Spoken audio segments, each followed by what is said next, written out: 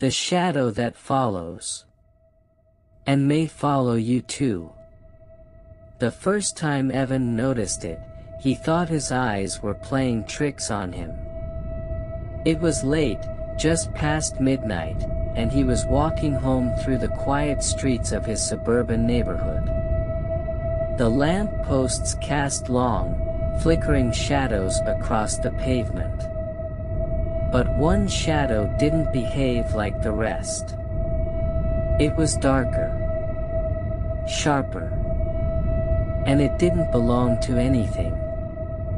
Evan stopped, staring at the ground.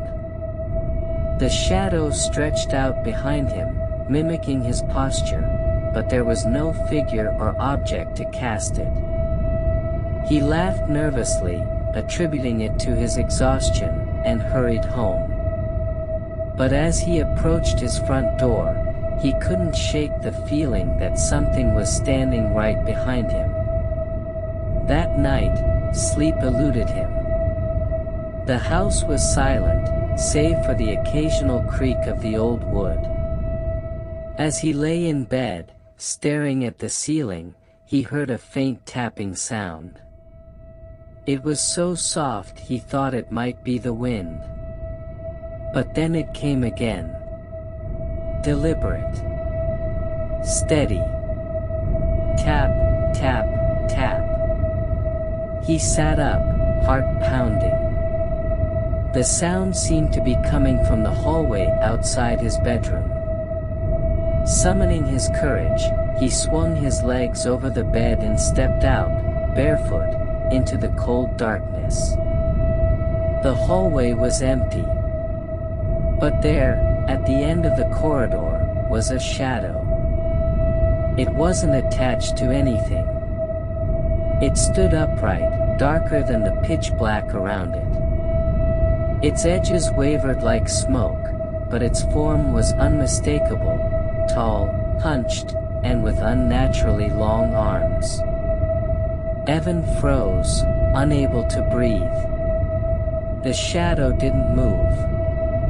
It simply stood there, watching him, though it had no eyes. Slowly, he backed into his room and slammed the door. For hours, he sat on his bed, clutching a flashlight and staring at the crack beneath the door. No light, no movement. Finally, exhaustion overtook him, and he fell into a restless sleep. The next morning, sunlight flooded his room, and everything seemed normal. He convinced himself it had been a hallucination, a product of his overactive imagination. But as he prepared for work, he noticed something strange. The shadow in his bathroom mirror didn't match his movements. When he raised his arm, the reflection hesitated for a fraction of a second before mimicking him. When he turned away, the shadow's head stayed fixed on him for just a moment too long. That evening, he decided to tell his best friend, Mark, about it. Mark laughed it off. "Evan, you're working too hard. You need sleep, man." Evan wasn't convinced, but he let it slide. They spent the evening watching TV and drinking beers until Mark decided to stay over, crashing on the couch. In the dead of night, Evan woke to the sound of screaming. He bolted downstairs and found Mark in the living room, standing rigid and pale, his eyes wide with terror. "It's here," Mark whispered. "It's in the corner."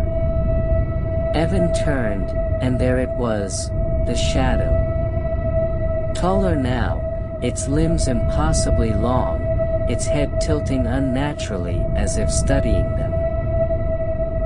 Mark stumbled back, tripping over the coffee table. The shadow moved then, gliding across the room with terrifying speed, its arms stretching toward Mark. "No!" Evan shouted, grabbing a lamp and throwing it. The shadow recoiled, disappearing into the dark corners of the room. Mark was trembling, unable to speak. Evan helped him upstairs and locked the door. "We'll leave in the morning," he promised. "We'll get help." But morning never came.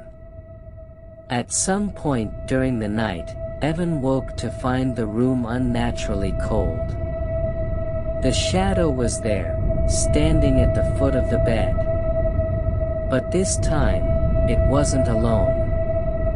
There were more of them, their forms writhing and overlapping, their whispers filling the room like the rustling of dry leaves. Mark was gone.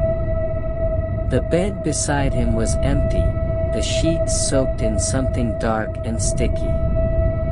Evan's flashlight flickered, and for a brief moment, he saw Mark, his lifeless eyes staring up from the corner of the room, his body mangled in ways Evan couldn't comprehend. The shadows closed in, their whispers growing louder, forming words that dripped with malice. "You let us in, asterisk." Evan ran. He didn't stop running until he reached the edge of the forest on the outskirts of town. His lungs burned, his vision blurred, but the shadows followed, their inky forms weaving through the trees. Now, as he sits in the clearing, surrounded by the dim light of his dying flashlight, he writes this account on his phone, hoping someone will read it. The shadows are closing in, their whispers deafening. Evan knows he won't survive the night. And if you're reading this, they've already seen you.